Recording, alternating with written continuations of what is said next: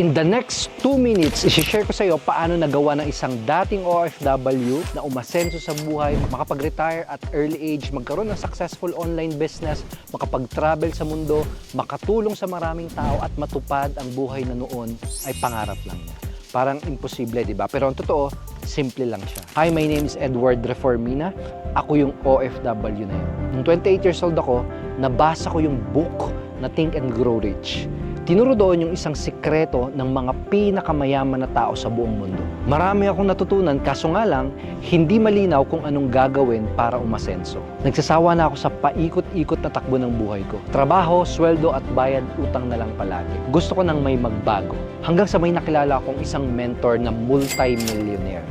Meron siyang sistema na pinakita sa akin. At nung pinagsama ko yung sikreto at yung sistema na natutunan ko, doon nagsimulang magbago ang lahat. Kinita ko yung first million ko, nakapag-retire ako ng maaga, nakapag-travel kami kung saan-saan, at naranasan ko na yung buhay na dati pangarap ko lang.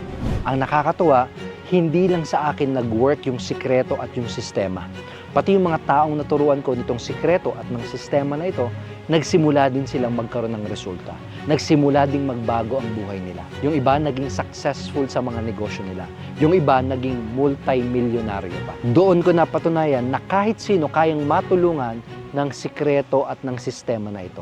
At hanggang ngayon, tuloy-tuloy pa din gumagana yung sistema at yung sikreto. Gusto kong i-share yung sistema at sikreto kahit kanino na willing din matuto at willing din umasenso. Kaso hindi ko kayang pagkasyahin lahat sa 2 minuto lang.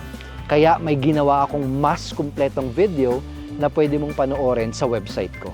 May nilagay akong link at button sa ibaba ng video na ito. Click mo lang yon para mapanood mo yung mas kumpletong video.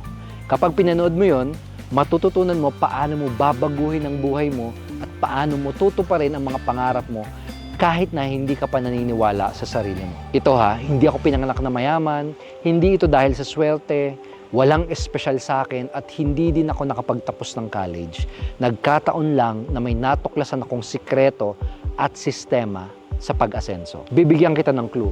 Hindi ito tungkol sa belief, hindi ito sa pagiging masipag, at hindi ito tungkol sa kahit anong business strategy. Tungkol ito sa aspeto na nagbigay ng success sa mga pinakamayamang tao. At gusto kong i-share sa iyo ang sikreto na to para magawa mo ding tuparin ang mga goals mo. Kung gusto mo ding matuklasan yung sikreto, i-click mo lang yung button or yung link sa ibaba para mapanood mo yung mas kumpletong video.